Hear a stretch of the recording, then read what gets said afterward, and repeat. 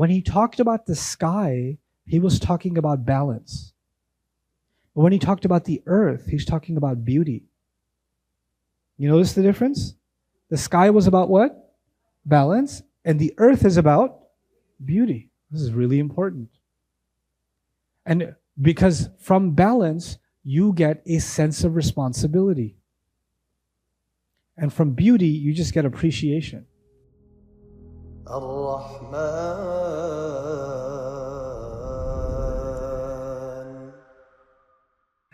Alhamdulillahi Rabbil Alameen, wa salatu wa salamu ala Sayyidil Anbiya'i wal Mursaleen wa ala alihi wa sahbihi ajma'een. Amma ba'd, once again everyone, assalamu alaikum wa rahmatullahi wa barakatuh. The highest way, the greatest way of getting to know Allah through our bayan is getting to know Allah speaking Himself, introducing Himself, and really getting to know who Ar-Rahman is. The second greatest way to get to know Allah is to observe the balance and the scale of the universe and to try to live a life of balance.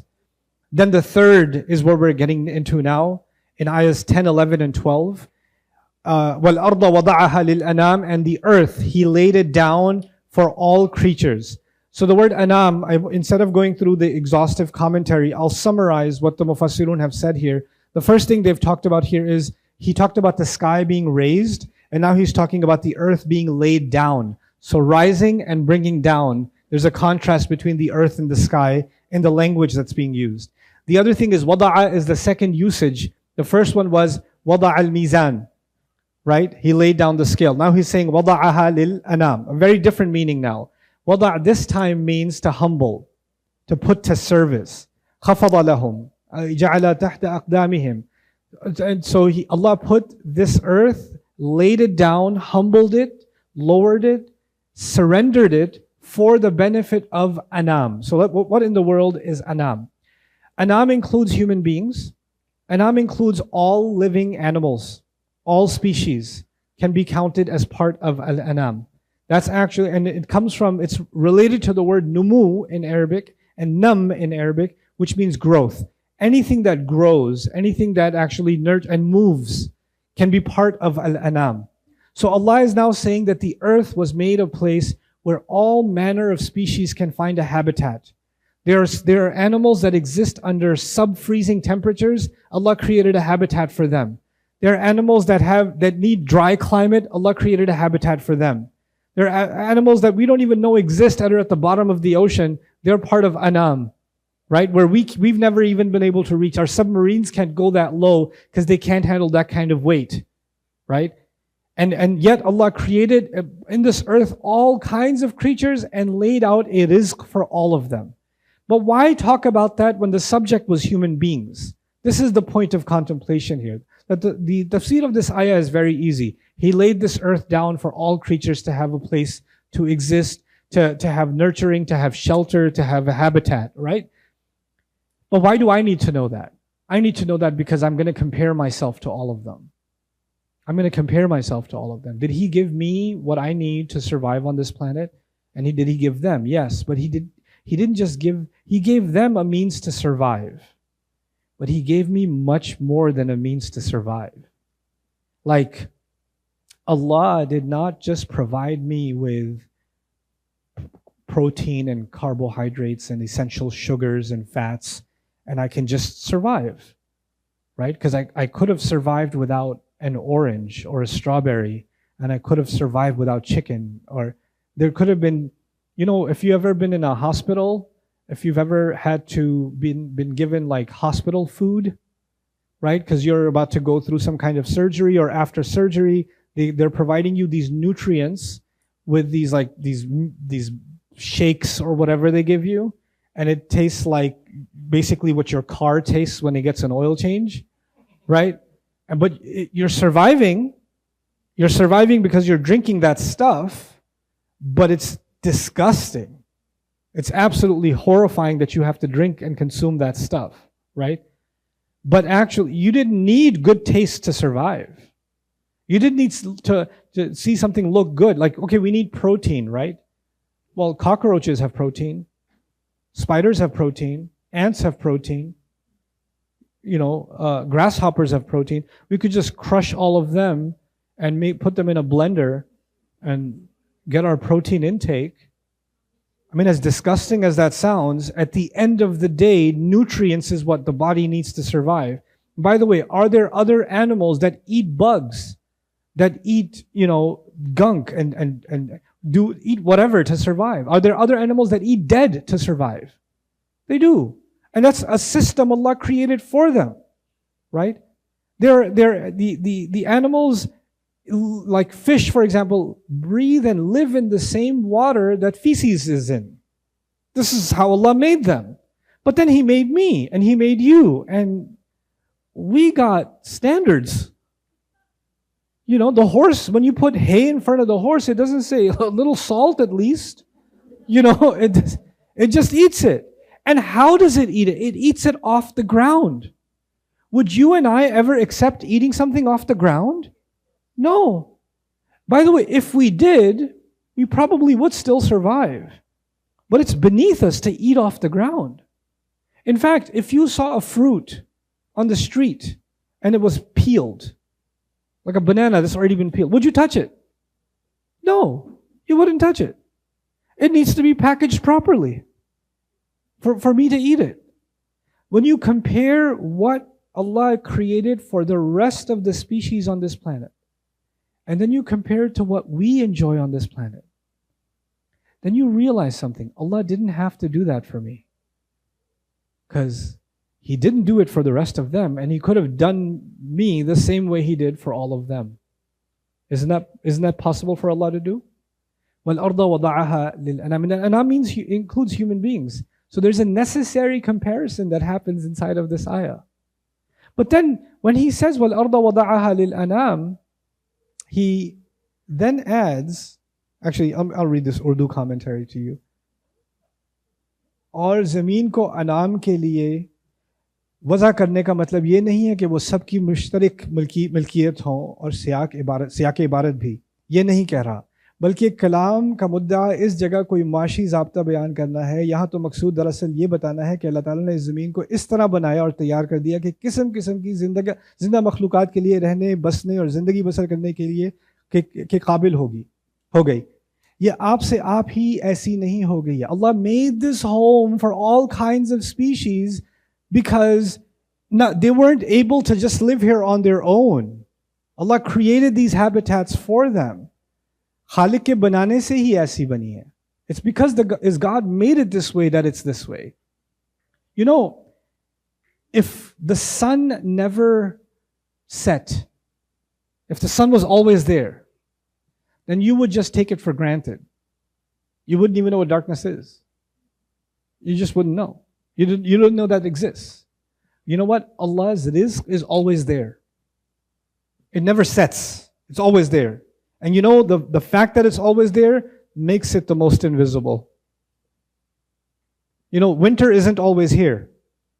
Right? Winter or summer's not always here. And so it makes you appreciate it. But if summer was always there, you'd never appreciate it. That's just human behavior, human nature. Allah's rahmah is constantly there. So what happens to us? Oh, it's always there, so they start taking for granted. This is the nature of the human being.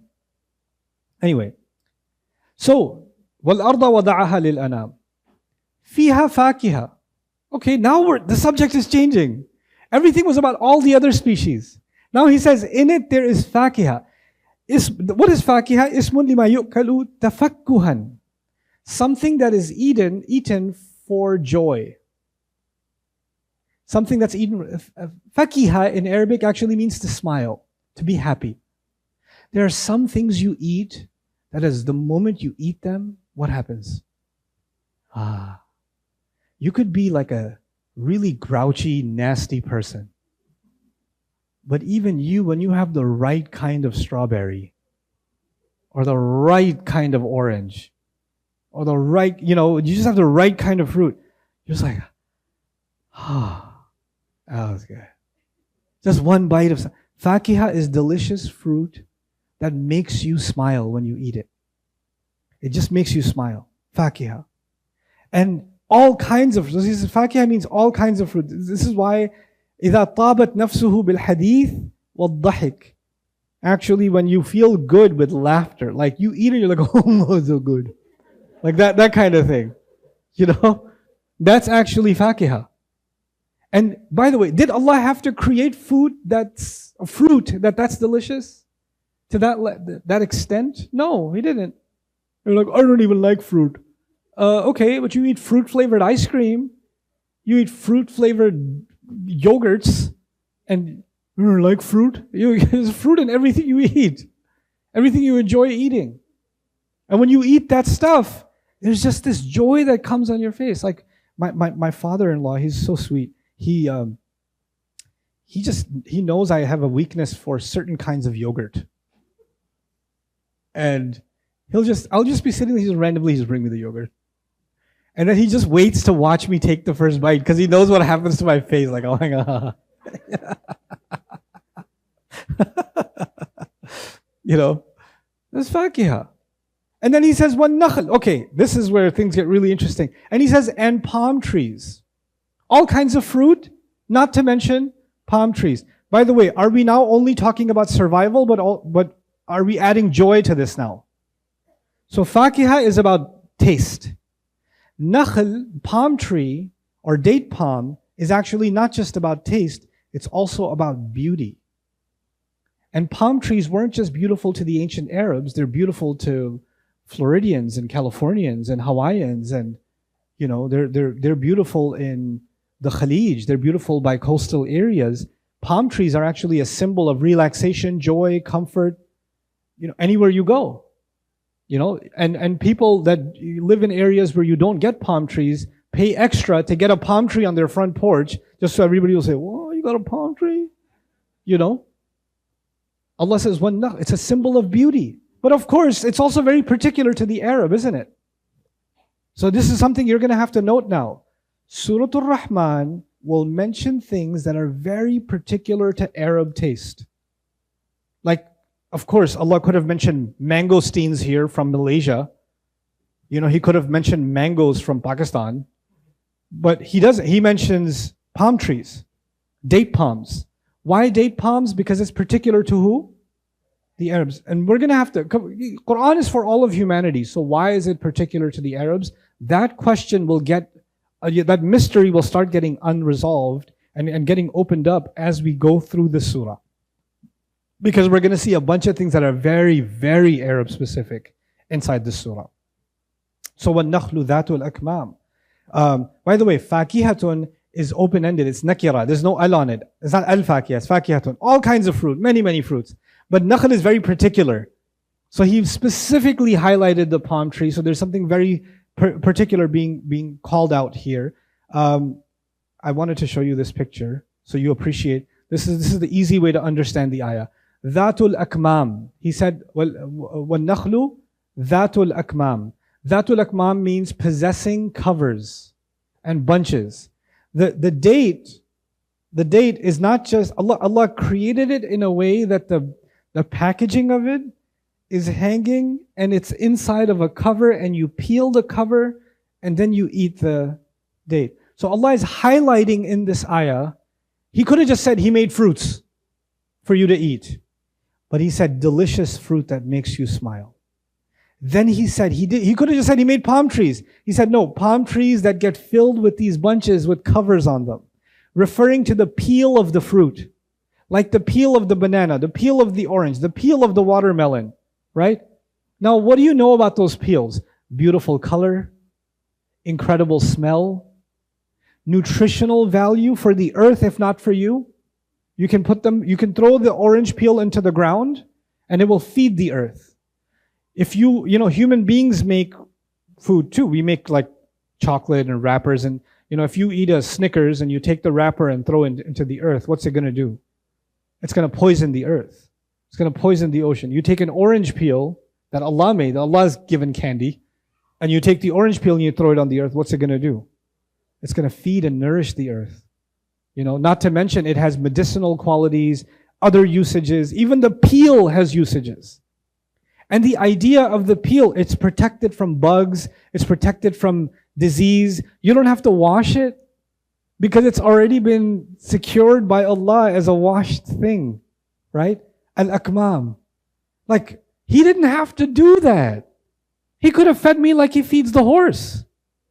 But he put it in such a beautiful way on a tree, and he hung it like a gift for me to unwrap. You know, as it ripens. وَالنَّخْلُ ذَاتُ الْأَكْمَامِ. All of this, now if you count what he just said, animals have all kinds of food, and however they survive. Human beings get fruit that they enjoy the taste of and unravel. They get to take it off of trees that themselves are beautiful.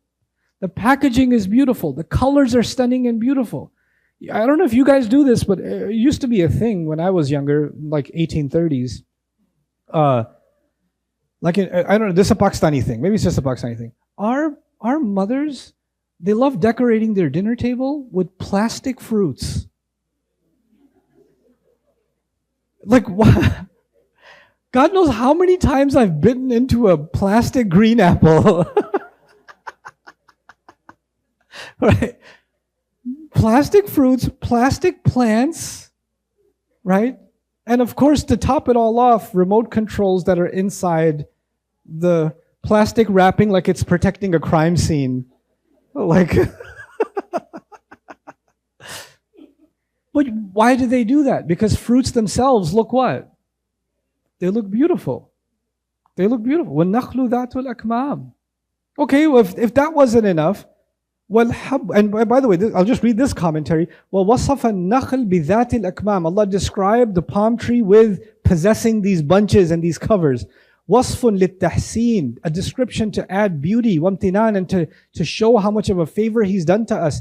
بِجَمَالِهِ وَحُسْنِهِ, with its beauty. وَلَكُمْ فِيهَا جَمَالٌ حِينَ تُرِحُونَ وَحِينَ تَسْرَحُونَ. And in it there is beauty for you when you relax and when you go about.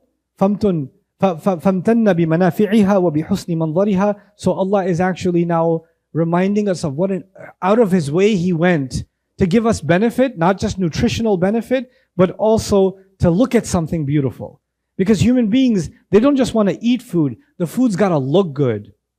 The food's got to smell good. The food's got to taste good. We need all three. The nutrition is not even a concern. You know, it's got to look good, it's got to smell good, it's got to taste good. So far, we've covered looks good. We've covered tastes good. Fakiha, right? There's still something missing. What's missing? وَالْحَبُّ ذُو الْعَصْفِ وَالرَّيْحَانِ. Al-Rayhan is delicious, amazing smell, by the way. Al-Rayhan. But we'll get to that. وَالْحَبُّ and grain. By the way, grain is the fundamental need of human civilization. But He didn't mention grain first. He mentioned delicious fruit first. Then He mentioned the favorite Arab fruit first, the second. And now He gets to the need. But even when He gets to the need, He could have just said, well, hub and grain. Grain is corn, grain is wheat, grain is barley. All of that is grain. And all of our breads and rice and all of that's coming from grain, right? So He could have just left it at that. But He says, dhul asf. Asf is, you see these covers that have to be peeled? But these covers, what's the purpose of these covers being peeled? مَتَاعًا لَكُمْ وَلِأَنْعَامِكُمْ. You can peel these covers off of the barley, off of the corn, and when you make a pile of that, then your animals come and eat that. So you didn't have to actually even prepare food for your animals. The hay, the leftovers collected from this, the dried up leaves, and the stalks that you clean up before you get your seeds and you get your grain, all of that goes into feeding your animals. Allah took care of you and your animals. Subhanallah. وَالْحَبُّ ذُو الْعَصْفِ. And then He adds وَالرَّيْحَانِ. So not just, and by the way, al-asf, by the way, is qushur al-taban. By the way, asifa is a wind also. Rihun asif, right? Asif, why is it called a wind? Because actually it carries small bits and pieces with it. And these small bits and pieces that peel off of the grain that the animals eat, Allah is referring to them and saying, I even packaged every grain for you to protect it from the elements. And even when you throw this package down, it saves you tons of money and takes care of your animals. And then He adds rayhan. Now rayhan comes from rih. Rayhan is sighatul mubalagha from rih. Rih means wind or scent. Rayhan means things that have good scent. Things that have a pleasant scent are called Rayhan. So now, we had covered before taste. It tastes good. It looks good. It's clean because it's been covered. And now what else has he added? It smells good. And you're like, oh, I don't smell potato. If I go to a potato farm, I'm not going to smell a potato. I don't want to smell a carrot. Yeah, but when you cook it, what are you going to do? Mom made aloo gosht. Like, you're going to... It goes in your nose and all of a sudden, Rayhan. And Rayhan includes flowers. You know that? Anything that has a pleasant smell that grows is captured inside the word of Rayhan. So roses and jasmines. And then beyond that, from those things, we create entire industries of perfumes and scents and all of that is inside Ar-Rayhan. Allah could have created, and Ar-Rayhanu, you notice the Dhamma on Ar-Rayhanu is the U sound. It's not وَالْحَبُّ ذُو الْعَصْفِ وَالرَّيْحَانِ. That's another qira'ah of the ayat, by the way. If that was the case, then the smell of the crop, the smell of the crop. But Ar-Rayhanu is all things that possess a wonderful smell. All things that possess a wonderful smell. Just the joy of smell that Allah created in this world. As I leave you for today, I just want you to note something. When he talked about the sky, he was talking about balance. But when he talked about the earth, he's talking about beauty. You notice the difference? The sky was about what? Balance. And the earth is about beauty. This is really important. And because from balance, you get a sense of responsibility. And from beauty, you just get appreciation. You get appreciation. You realize someone loves you to do this for you. Someone really went out of their way to do this for you. With the sky, you get to be in awe of Allah, afraid of Allah, mindful of Allah. And with the earth, you become in love with Allah, grateful to Allah, appreciative of Allah. There are two dimensions of our relationship with Allah. One of them is we have to fear Allah. We have to worry about the day of judgment. The other one is we have to love Allah and appreciate Allah. You see what Allah did? The khutbah for fearing Allah is in the sky. And being mindful of Allah, that khutbah is in the sky. And the khutbah of loving Allah and appreciating Allah and being grateful to Allah is where? On earth. And we live here in, subhanallah, everything you need to get to know Allah between the sky and the earth. وَالْحَبُّ ذُو الْعَصْفِ وَالرَّيْحَانِ. I mean, how can you deny God now? Which is why you're going to get the question next in tomorrow's discussion. فَبِأَيِّ آلَاءِ رَبِّكُمَا تُكَذِّبَانِ. How are you going to deny Allah now? Subhanallah. What a just an absolutely spectacular summary of the human being's journey to Allah in the opening of this surah. May Allah Azza wa Jal make us love Allah the way He deserves to be loved. And may Allah Azza wa Jal make us responsible the way He wants us to be responsible and bring a scale into all of our lives. Barakallahu li wa lakum fil Qur'an al-Hakim wa nafa'ani wa iyyakum bil ayati wa dhikr al-Hakim. Right, and Surah Rahman is one of those feel-good surahs, right? So everybody's like, فَبِأَيِّ آلَاءِ رَبِّكُمَا تُكَذِّبَانِ. And you're like, I love that recitation. I love the surah from the Shaykh. And I love listening. Can you hear the words for a moment, just a second? Like, how much more are you going to be dismissive?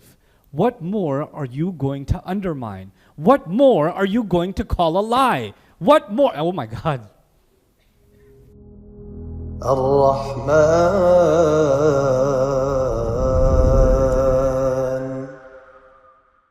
ربي اشرح لي صدري ويسر لي أمري واحلل عقدة من لساني يفقهوا قولي فالحمد لله والصلاة والسلام على رسول الله وعلى آله وصحبه أجمعين أما بعد. Once again, everybody, assalamu alaikum wa rahmatullahi wa barakatuh. We're going to try to pick up where we left off. We reached the conclusion of ayah number 12 yesterday. We're going to start from 13 onwards. My hope today, if we can get there, is to reach hopefully ayah number 25. That's one coherent subject in the 3 sessions that we're going to have together.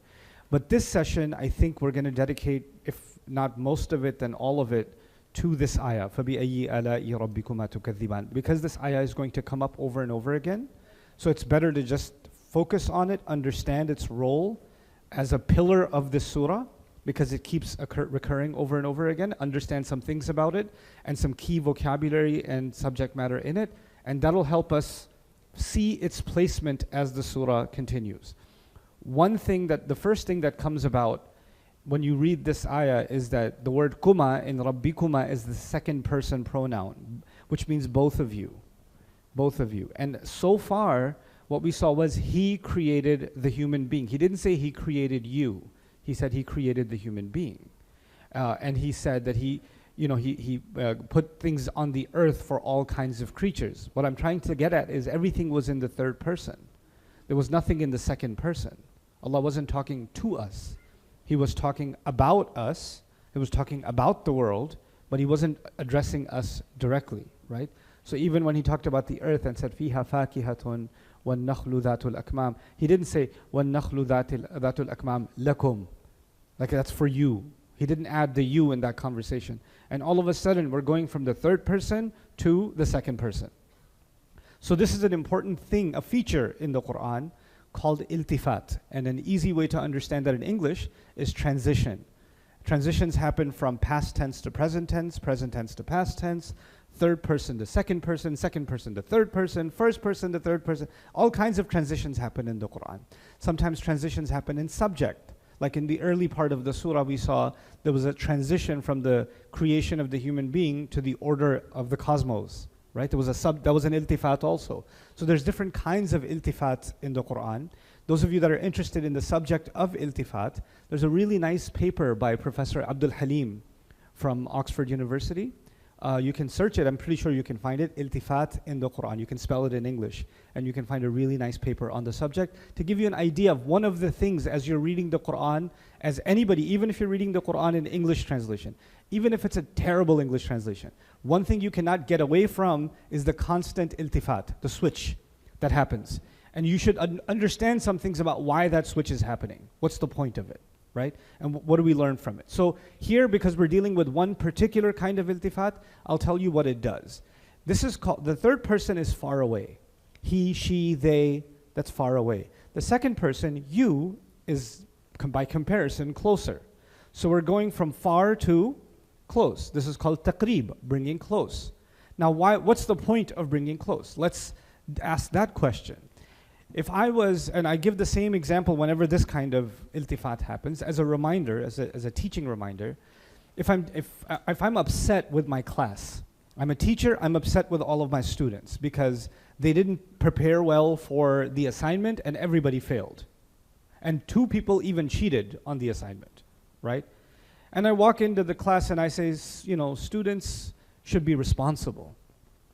I would think students would be grateful that they have the opportunity to learn something. And I'm saying students, and I'm using this word, and I'm using they, and is that the second person or the third person? Third, I'm talking, they're right there, but I'm using they. You expect that I would be using what? You should be responsible, you should be this, you should be this. But when I'm saying students, then it's almost as if I'm expressing how upset I am, right? And an easier example, even that's not from a classroom, is sometimes siblings, like sisters. 2 sisters have a fight with each other, and they're both sitting next to each other at dinner, and they have to behave because the parents are there. And one of them has the salt over here, and the other one wants it. So, can someone pass me the salt? And then the other one says, someone should figure out how to get it themselves if someone wants it. Like they're summoning each other. Some people think they don't have to have any manners. Oh yeah, where some people think they can say whatever they want. And everybody's like, someone. So the idea is if someone's right in front of you and you're using the he, there's actually a distance that's being created. But then if you switch over to you, then it can have different effects. And one of the effects, if I take you back inside the classroom and I say some students think they don't have to work hard and they can just pass, are these really students that I'm talking about? And then there were 2 that cheated, right? So I say, Zainab, Kareem, can I talk to you for a minute? If I did that, I started with third person, but when I said Zainab, Kareem, what did I switch over to? I switched over to second person. And at that moment, Zainab and Kareem remembered the day of judgment. Right? In that moment, their life flashed before their eyes because now they're being singled out from the entire crowd because I went shockingly from the third person to the second person. Here you have Allah talking about the skies, He's talking about the earth and fruits and vegetation and all of it, and then He says, and which Allah, I'm not translating Allah yet, which Allah of your master are you going to dismiss? Like he switches over to the you. So there's a shock factor here. Now what happens in our cultures, Muslim cultures around the world, there are some surahs that are associated with, they're like the feel-good surahs.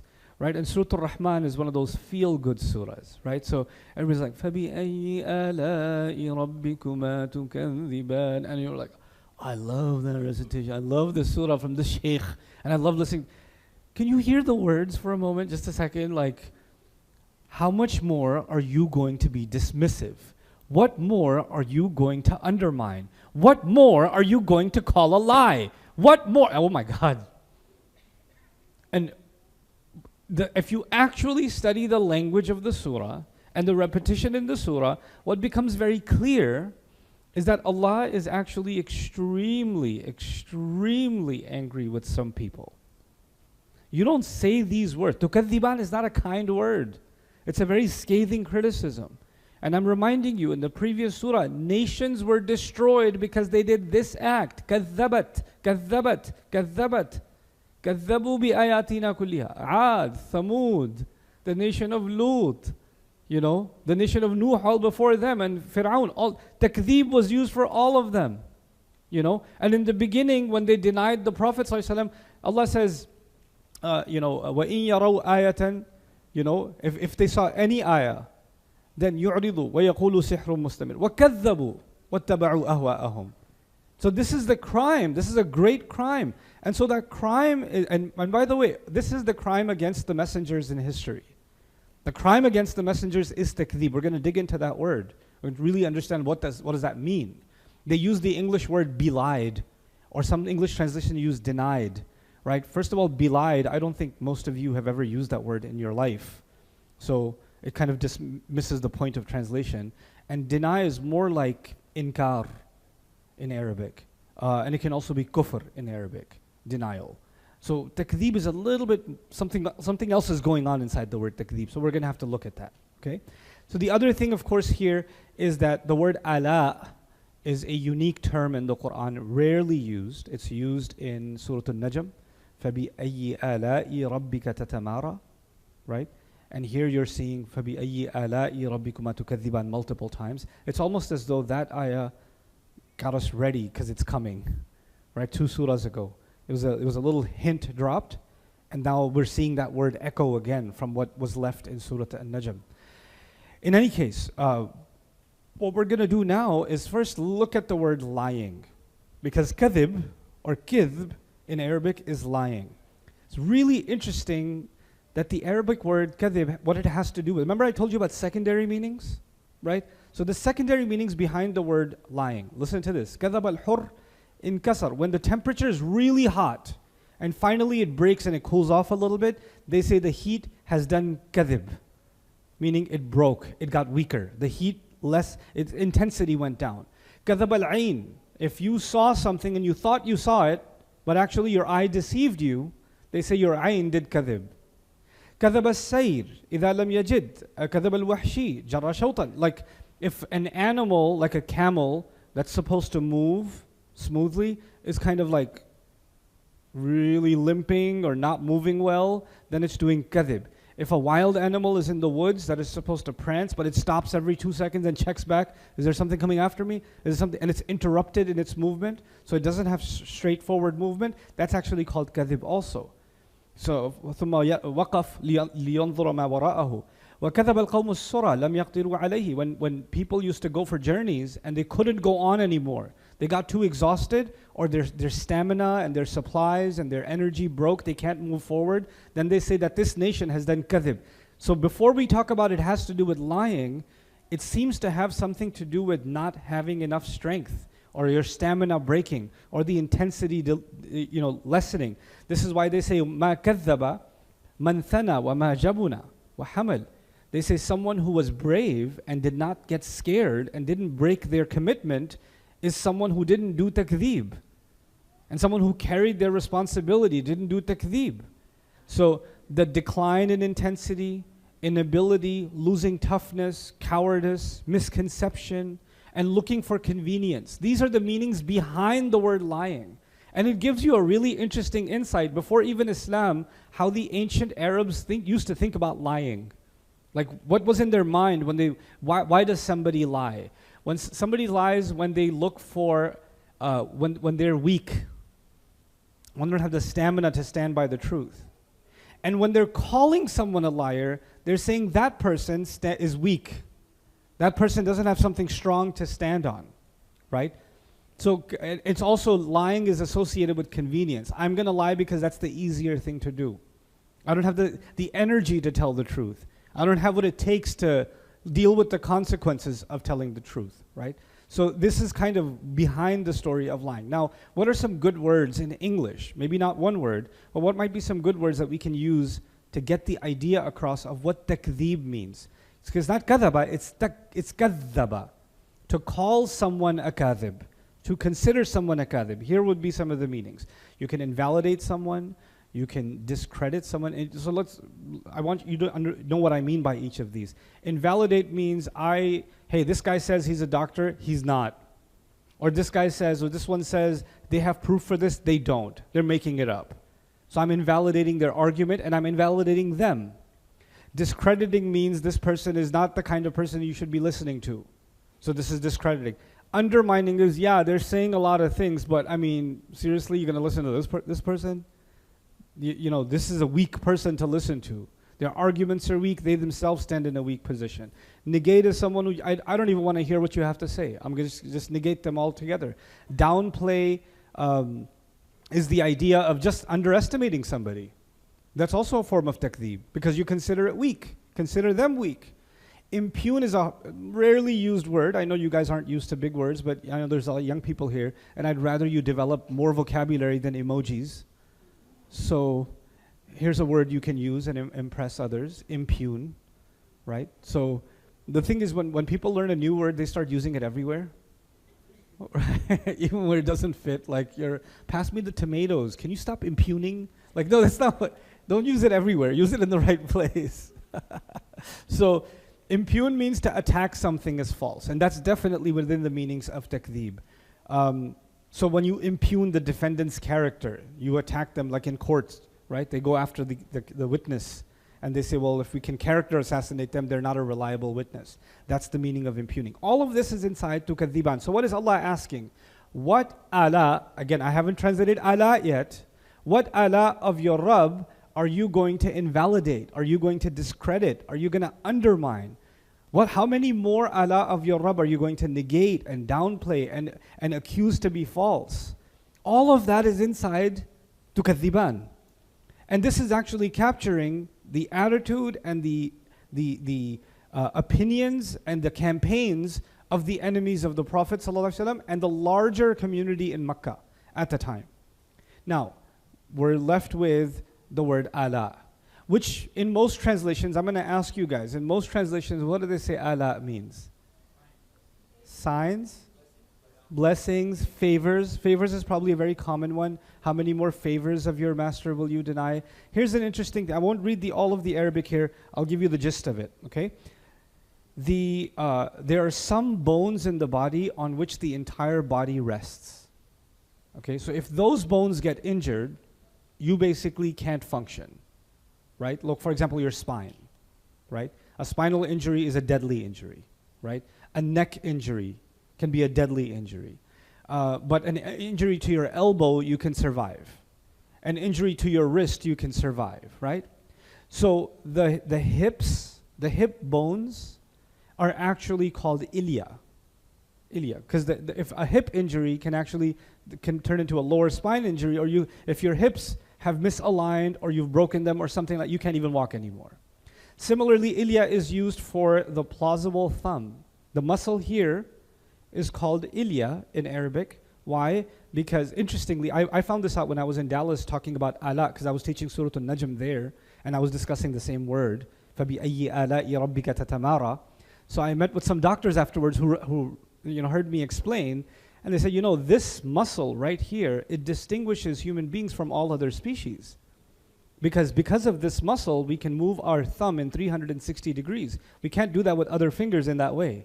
This is what gave us the ability to grab things and to make tools and to tighten. Imagine having to tighten a screw without your thumb. Imagine writing something without your thumb, right? We pretty much all of the wondrous things human beings have been able to do is because of the plausible thumb. And this muscle that distinguishes us from even apes and anybody else, it's actually this Ilya.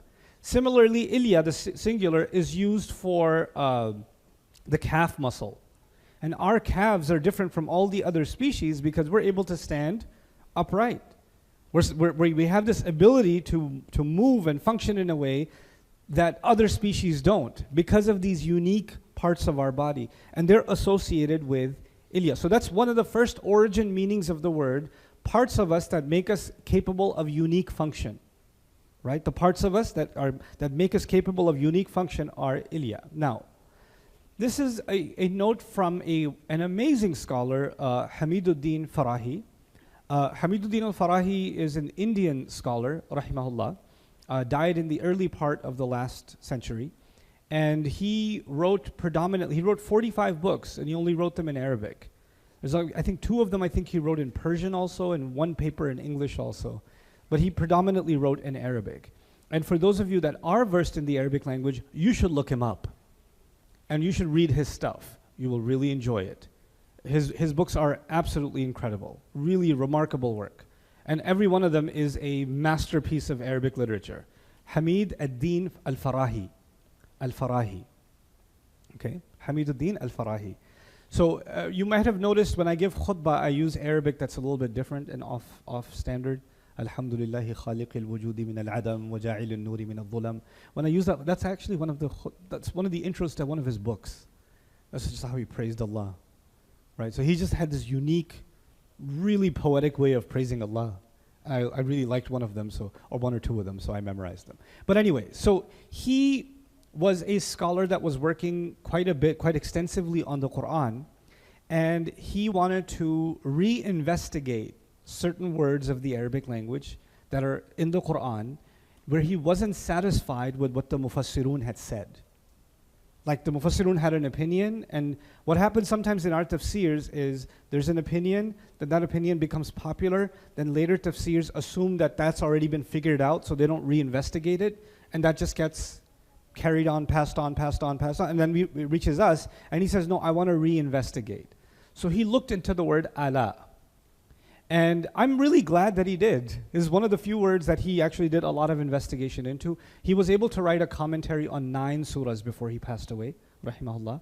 And he wrote several other books. But the few things he did write about are very valuable. So this is a small piece of what he wrote on this word. أجمعوا على أن معناه النعم. It seems like they all agreed that the meaning of this word is blessings or favors, right? ولكن القرآن وأشعار العرب يأباه. However, the Quran itself and Arabic poetry, classical Arabic poetry, seem to reject that idea. So he's saying the Quran seems to go against that idea. Now, I'll add my own 2 cents here. Why would he say that the Quran rejects that idea? You remember the things Allah was talking about right before? Allah was talking about fruits. You remember? Okay, so Allah was talking about the fruits. He was talking about how they have covers and beautiful colors. Allah was talking about grain, right? Palm trees, dates, grain, and the grain has wonderful smell. All of these things Allah was talking about. Okay, which we should be grateful for. Why should a jinn be grateful for oranges? Because jinns are going to come up, right? Why should they be grateful for bread? Are they eating bread? Because we'd have a shortage if they were eating bread, right? They're not eating fruits. They're not eating bread. They're not eating dates. They're not, well, what a great palm tree. That's not what they're doing. So why would they be impressed with all of these things and consider them blessings? Who are they blessings for? According to clearly the context of the surah, who are all these things blessings for? Us. Also, Allah says He taught the Quran, created the human being, gave the human being bayan, and Quran itself is bayan. So the Quran is directed towards who? Us. Why should they be grateful? It's a logical question, right? And so if the meaning is, how many blessings will you be in denial of? The jinn could turn around and say, how's that a blessing for me? I don't like watermelon. I mean, I see people eat it. Well, I don't like it. I don't know what they eat, but I'm pretty sure it's not watermelon, right? So, but if you, then what does it mean? And that's what he's going to try to explore. بما روى الطبري أنه قال الآلاء القدرة. Interesting. He says, according to الطبري, which is a classical mufassir, one of the earliest, he says that actually ala means capability, power. Now this is interesting because I just gave you the dictionary meaning of ala, right? And what did it have to do with? The parts of our body that give us unique capabilities, right? This gives us unique capability. The calf muscle, the hip, the thumb, the plausible thumb gives us unique capabilities. And he's saying that ala may refer to Allah's unique capabilities, unique acts.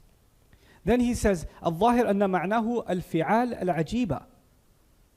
What's obvious is what it refers to is God's wondrous acts. You know what you call an act of God in common English? That would be ala. How many acts of God are you going to be in denial of? How many acts of God are you going to underplay? So that can, and by the way, acts of God for the most part are favors. So he says, لما كان غالب فعاله تعالى الرحمة ظنوا أن الآلاء هي النعم. He said, because Allah's acts are essentially blessings most of the time, we confuse the term acts of God with what term? Blessings. And so we just started assuming that all of it means blessings. But actually, aslan, shu'unuhu al-ajiba, things that He does that are marvelous, wondrous, divine, that only He can do. Those are the kinds of things that are ala. Now this changes the perspective on the question I asked. Well, why would jinns be impressed with oranges? Remember that question? Let's go back to that question. Well, jinns, even if they're not enjoying the foods that we eat, jinns have been around. And jinns have access to more places and more habitats than human beings.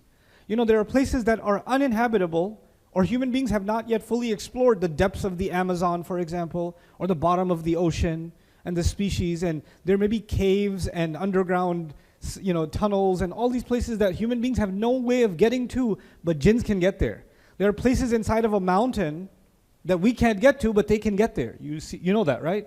So when Allah says, وَالْأَرْضَ وَضَعَهَا لِلْأَنَامِ, that He made the earth accessible and made it for all kinds of creatures. You know who has a much better understanding of all kinds of creatures, even better than like the nature documentaries we make?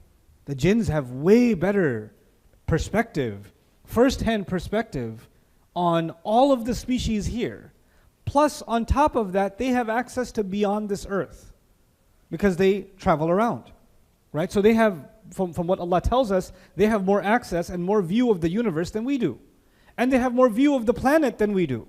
They have more understanding of the planet than we do. In fact, it also seems like they are multilingual too.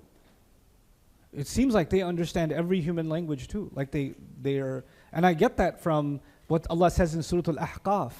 Some jinns were passing by, the Prophet ﷺ was reciting the Quran, and they stopped and they said, shh, listen, listen, listen. And when they heard it, they said, we've heard a book that was revealed after Musa. Wait, a book after Musa? Musa was not given a book in Arabia, right? And Musa was not given a book in Arabic. Why do they know about a book given to Musa, alayhi salam, which is ancient Egypt, thousands of years ago, and they're familiar with that, and they can see a connection with a revelation that's in a different language to what's being given in the Quran. So they've been around the block, right? They've been around the block. Now, why would this tie into what I'm saying? They see that Allah has done something for humans on this planet that He has not done for any other species. And they also see that God has decided to speak to human beings in a way that He has not spoken to any other creature. In fact, when the Quran started coming down, the skies got locked down. The skies were locked. The jinns are used to going to hang out. Like some of you guys are like, you want to go to the shisha spot? You want to go to the shore? The jinns are like, you want to go to the moon this weekend? So that's what they do. So they hang out in the skies. And what happened was when the Quran was coming down for 23 years, the sky was locked down and they were in a quarantine on earth. They couldn't go into the sky. Every time they tried to go, they got shot down. And they're like, what's happening? Why are we under house arrest? Why are we stuck on earth? And while they were stuck on earth, now there's more of them hanging out on earth because they don't get to have their intergalactic holidays. And that's when some of them hear the Prophet ﷺ reciting Quran. And then in Surah Al-Jinn, they're like, oh, that's why the sky is locked down. This is coming down. The road, when a president is coming to a city and they shut down certain roads, right? And there's all kinds of traffic jams because there's a presidential motorcade passing through, right? The highways of the universe were shut down because Jibreel was bringing Quran down to the Prophet ﷺ. And nobody has access. Sorry, road closed, sky closed. And they did.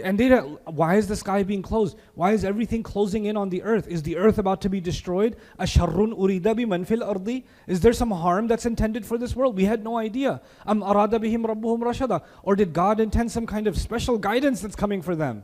Oh, now we know it was the special guidance. It was the Quran. So even though the Quran wasn't for them, were they still in awe of an act of God? Did they see ala of the Rabb?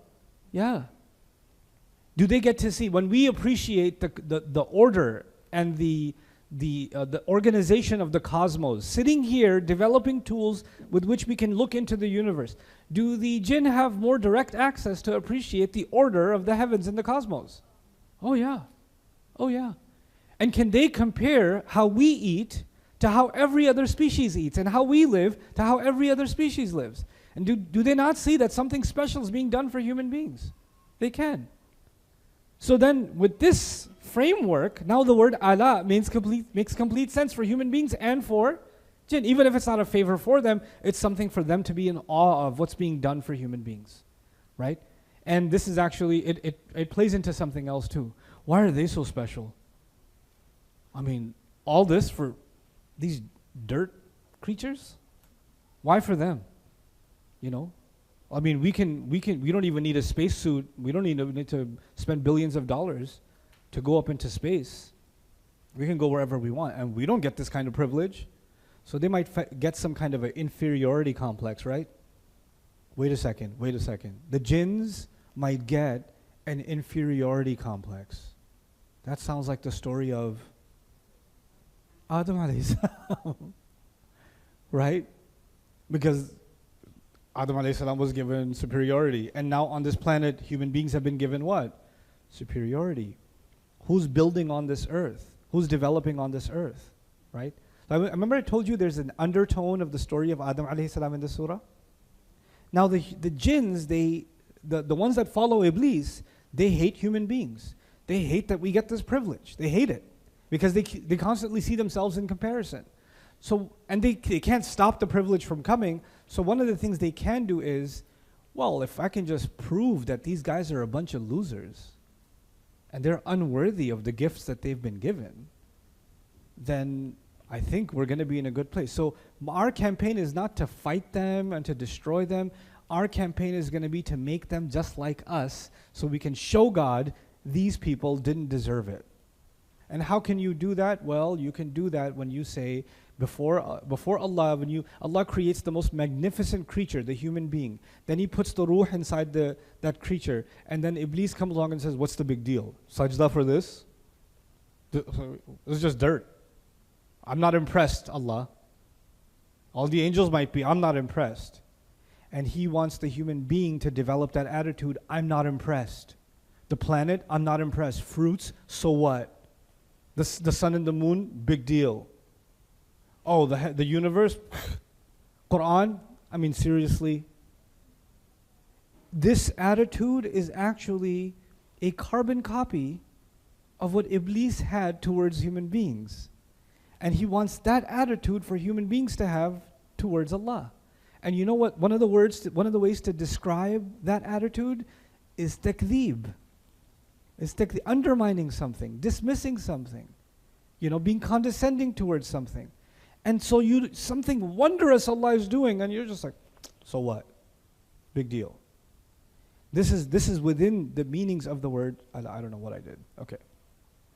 الحاكم في كتاب الأصول عن لقيط بن عامر في حديث طويل. There's actually a hadith, a long hadith. Our subject isn't this hadith, but it's interesting that in that hadith, أنبئك بمثل ذلك من آلاء الله. The Prophet ﷺ is reported to have said, I will tell you of something like that from the ala of Allah. The same word, ala'i rabbikuma. The word ala occurring in this hadith. And it's occurring for Allah. He says, the Prophet ﷺ is going to describe in this long hadith how you walk by a place and it's dry, and then it rains and it turns green the next time you walk by completely. And this is one of the ala of Allah. This is not a blessing of Allah here. It's one of the wondrous acts of Allah helping you understand resurrection. Right? So that's actually what's being talked about. And so the word ala is used in that way. فنقل السيوطي في الدر المنثور فخط الفراهي رحمه الله تحت كلمة الآلاء في الموضعين وعلق على هامش. So basically, Farahi wrote in his commentary on this book, كلمة الآلاء بمعنى عجائب القدرة والخلقة, is wondrous things in Allah's capability and wondrous things that He's created. Things that we should be in awe of. Things that we should be impressed by as an act of God. The attitude that I can maybe compare this to is if you guys are watching a really exciting game, right? Like it's either a UFC fight or it's an NBA final or it's some game, and then somebody just makes a Hail Mary shot, or somebody just makes a crazy half-court something, or cuts through 4 people and dunks it with 0.3 seconds left. What happens to the crowd? And what does the commentator say? It's a miracle! Like, Allah! You know, like in football when there's a goal that happens, like the guy that just does mud on the goal, like, ooh, Allah. That attitude towards the acts of Allah, the wondrous acts. That's actually the question that's being asked here. Now, there's some other examples of this. Is just to hammer in the point that Allah does not just mean blessings. It actually means amazing acts. These are excerpts from Arabic poetry where the word ala is being used. كامل يحم ala الفتى كريم ثناء وآلاؤه الحزم ما كل الآلاء يا قوم أحسبها. Some poet says, my tribe is so amazing, and he lists like a few things and says, I'm not even going to list their full ala. I'm not even going to list all the other amazing things about them. Right? A young man's being praised, and Allah, then they say that he's got such an amazing character and he's got such amazing ala, wonderful qualities. Right? So this is just to give you an idea. I know, sorry baby. Okay. So, فَبِأَيِّ آلَاءِ رَبِّكُمَا تُكَذِّبَانِ. This is something now we're going to dig a little more into what this then means. And finally, we're going to come to why it says Rabbikuma, both of you, like humans and jinn. Why? Because Allah didn't mention humans and jinn yet. So why use both of you? But we'll get to that question next. So what forms does takdhib take? What I mean by that is, what are the things that people are undermining? What are the things in the surah, when Allah asks this question, what are the things that He's mentioned that people are neglecting, ignoring, undermining, dismissing? The first of them is Ar-Rahman allama al-Quran, the fact that Quran is from Allah. He's just making up some stuff. It's just a new brand of poetry, that's all it is. Or the academic in the university will say, this is an interesting Arabian phenomenon that emerged in the 7th century and, was... then they'll try to diagnose the Prophet ﷺ or how the Quran was probably developed over time and went through several iterations and, big words for stupid ideas. That's, what they'll do. And then the fact that, then there will be others who say, oh, yeah, you guys believe in the Quran? Why? It's so harsh. It's so barbaric. The God of the Quran is so cruel, The minister might come to you, the preacher might come to you, our God is love. Your God, Allah, He's just a destroyer. I mean, look at what happens in the Quran. Have you heard what happens in the Quran? Jahannam. There's a denial of the Quran being what? Rahmah. And the Quran, in the beginning, Allah said, Ar-Rahman allama Al-Quran. And somebody say, oh, let me collect all the ayahs of hell and show you how the Quran is not rahmah. Right? I can prove it to you. I'll make a YouTube video about how the Quran is not rahmah. Great job. You have just undermined all of Islam single-handedly. Excellent. Now what are we going to do? God having created the human being. Well, you're going to be, there are people that are in denial of that. Not only are some people, they used to believe in different idols and different kinds of gods or reincarnations and all kinds of things, but then there were people that believed that God himself became human. Then there are people who believe that there is no God, we're just accidentally here, we just happen to exist. We're no different than just a bacteria. We're no different than a cockroach, we're just a more advanced version. Like the PC used to be basic, and now we have, if you look at a computer from the 1980s and you look at an iPhone now, there's a big evolution in technology. We're just an evolved version of ants. We're just a much more advanced version of, bacteria. That's all we are. So there's no God involved in the creation of the human being. And then our ability to speak, our ability to communicate, why should I think that's special? That's just some accident of evolution. So the human being's greatest ability, which is speech, we're like, it's not that great. Why do we have to consider that a rahmah from Allah? Our ability to communicate, And I love these arguments that people make. What if there's a species that's much more better at communicating than we are? Okay, you keep waiting for that, right? Look at this interesting thing that happens in our brain, the speech center in our brain, and evolutionary biologists can tell you this. They can't figure out where that came from. Like there's no precursor to that part of the brain. And our ability to do bayan, we didn't just do bayan to survive. Human beings, because they have uns, which sets them apart, it's a new trend that's happening in evolutionary biology. They're calling it aesthetic evolution. I was just talking to a scientist recently. There's a new emergence, this concept of aesthetic evolution. You know what that is? Well, maybe the species that survives, or the way that species survive is they look for what's most beautiful, not just what's fittest to survive. And the reason they had to develop this idea more recently is because they couldn't answer the question, if the only thing that survives is the thing that, or the only thing that moves forward is what's best suited to survive, why are human beings so obsessed with matching colors? Why are they obsessed with good taste and smell? That has nothing to do with our survival. That's not an evolutionary instinct. That's not a survival instinct. Why are we into symmetry, music, art? Why are we into delicious culinary tastes? Why are we into poetry? Like, what makes us interested in these things that are all, the one thing that connects all of them is beauty? Why is no other species interested in beauty? Why are human beings interested in beauty? Why is no other species interested in creativity? Why are human beings interested in creativity? Birds are not like, I'm going to make a polygon nest this time. Then next time I'll make a triangle nest, see how that fits better. They're not going to do it. They make the same kind of nest for millions of years. They're making the same kind of nest. Human beings are like, I'm going to try to design a house in this shape and that way. And people are like, oh, that's uniquely ugly. I'll make something better, Human creativity. It can't be explained. It comes from somewhere that isn't part of this earth, because everything on this earth rejects creativity. It's just survival.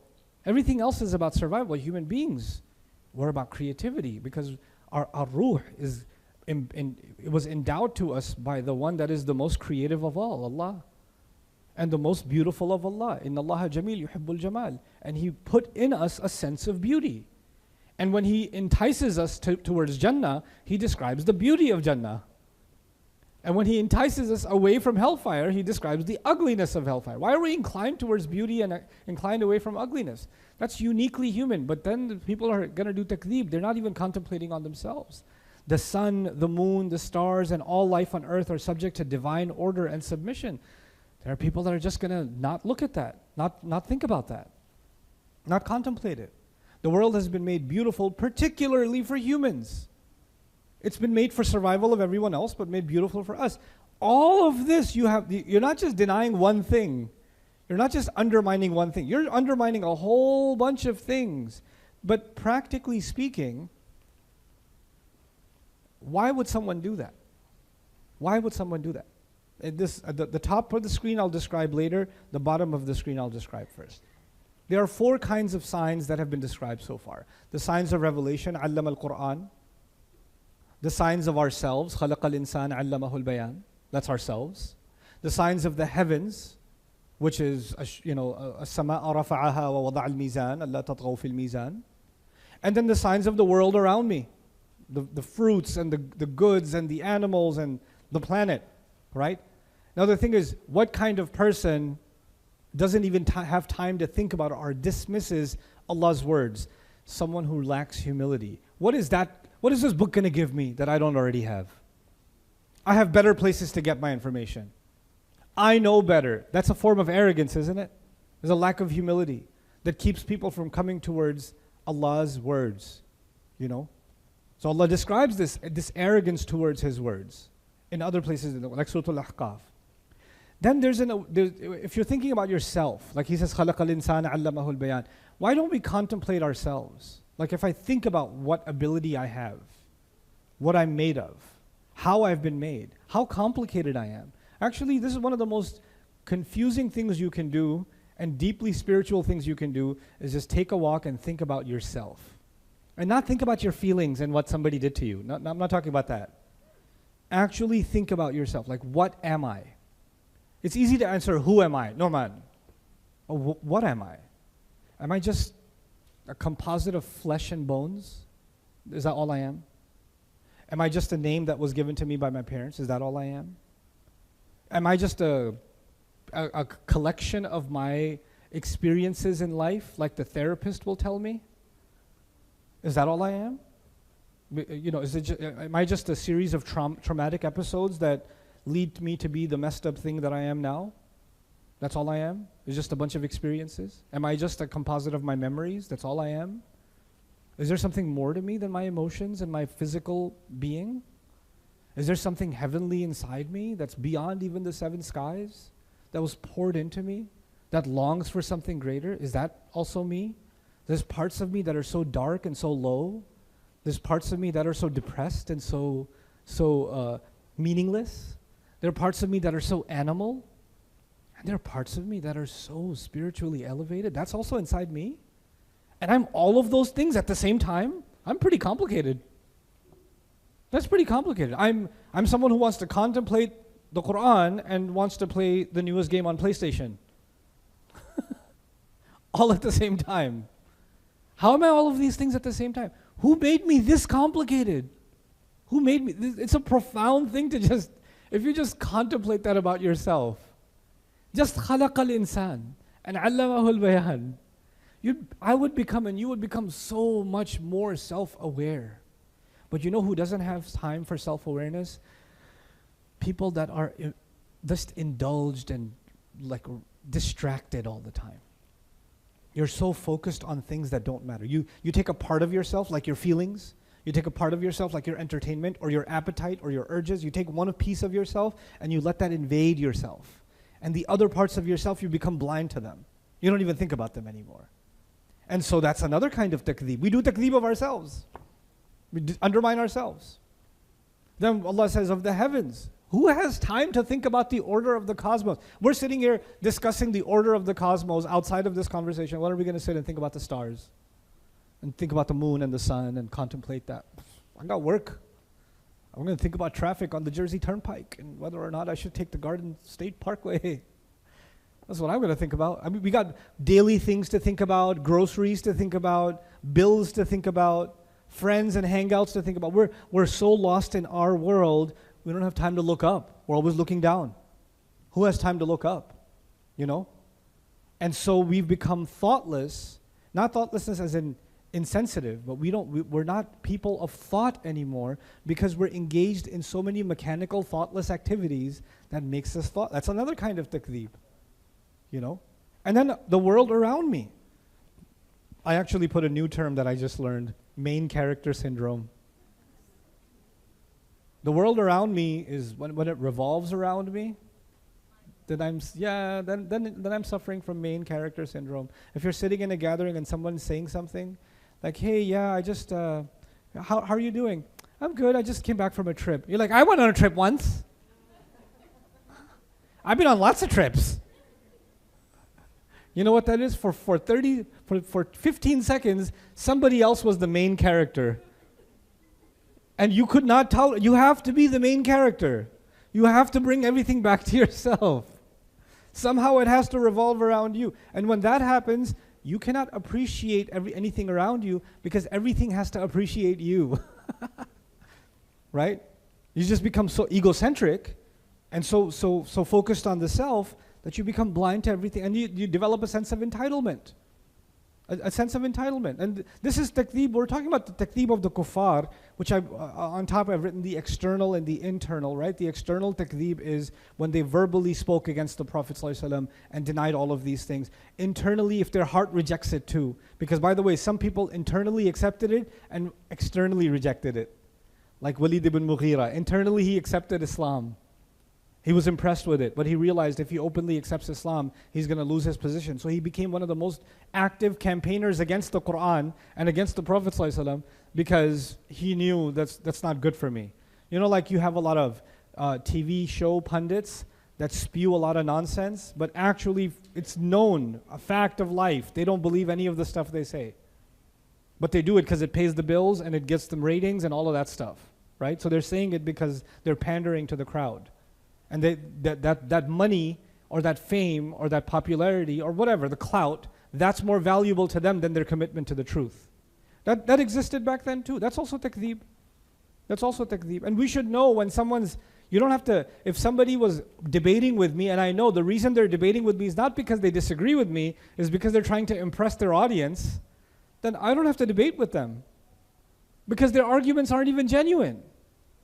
The truth is they actually believe deep down inside, and that's what the Quran does a lot of times. People would come and give complaints, make claims against the Quran. Allah wouldn't even address the answer, like He wouldn't even respond.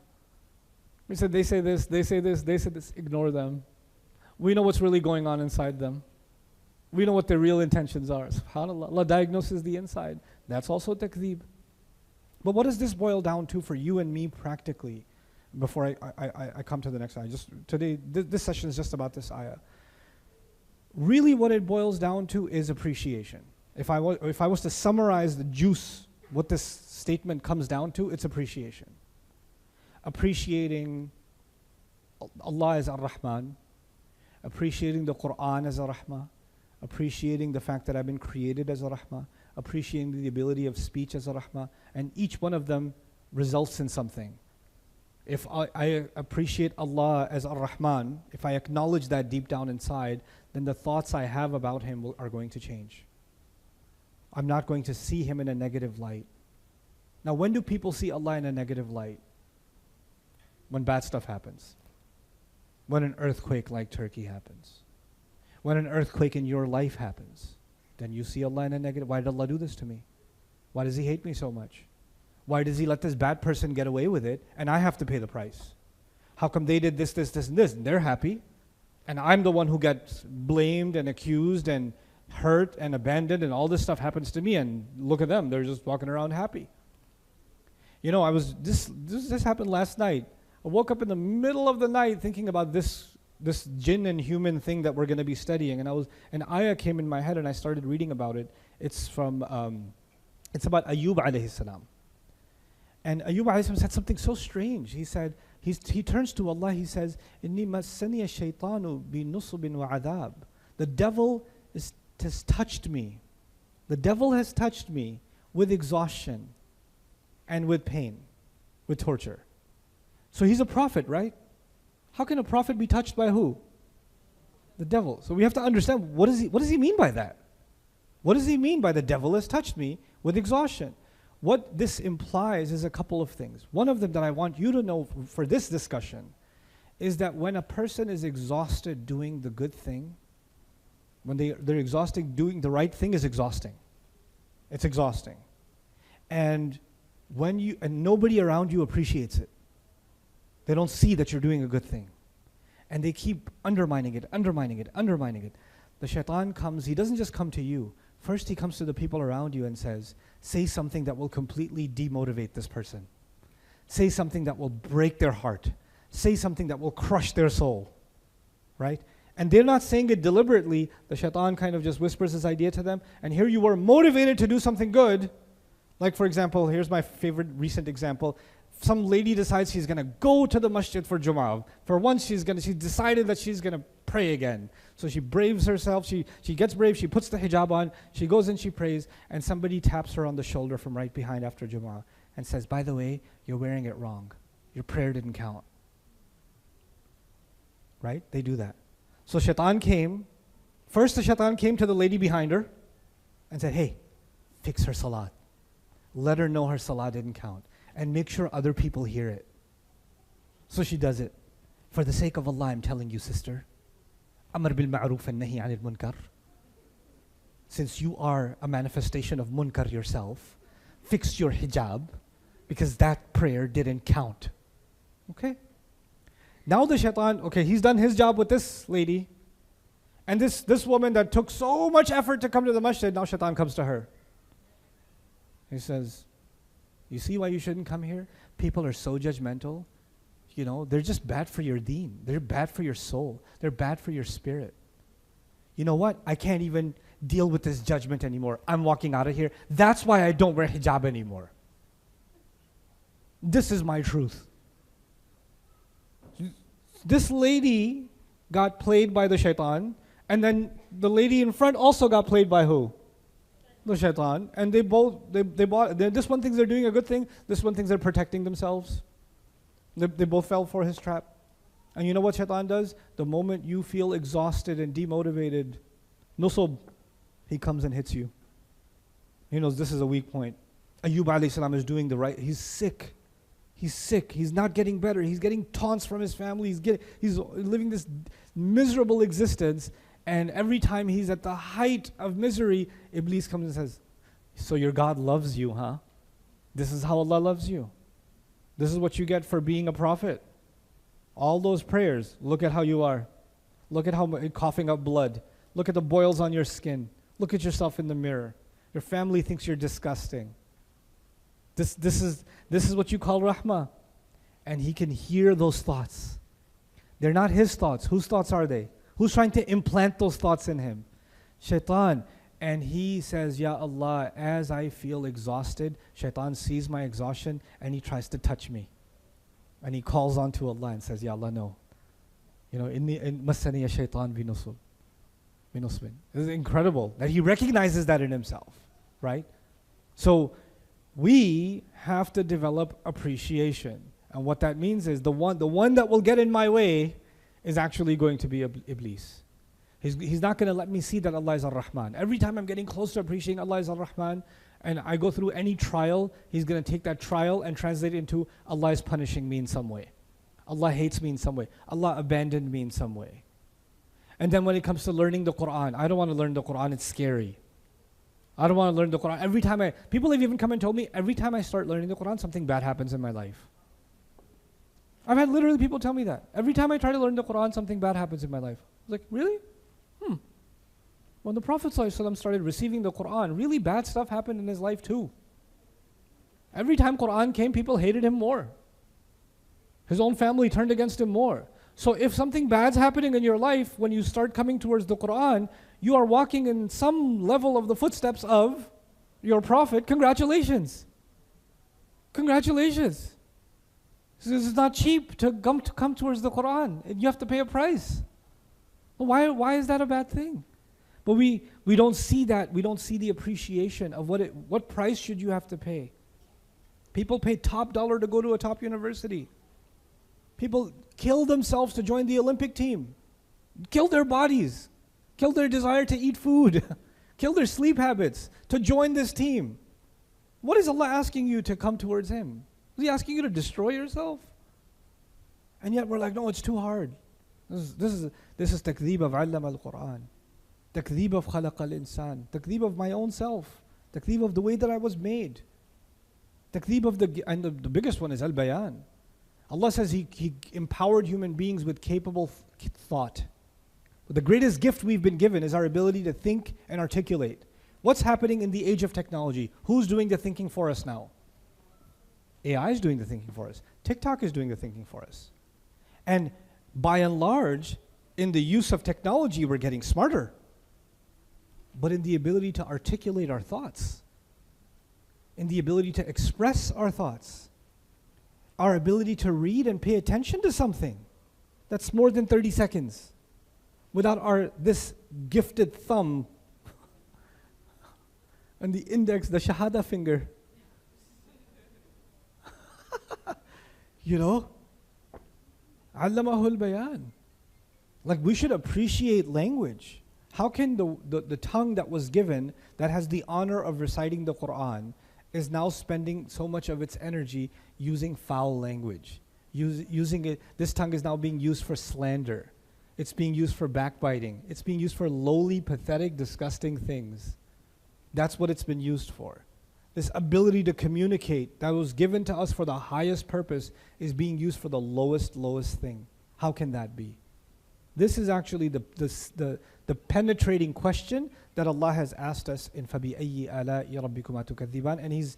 And what I didn't share with you in this lecture was why the jinn and human beings have been combined here without even having mentioned them. So we'll start with that in the next ayah and we'll move forward. بإذن الله. بارك الله لي ولكم. السلام عليكم ورحمة الله تعالى وبركاته.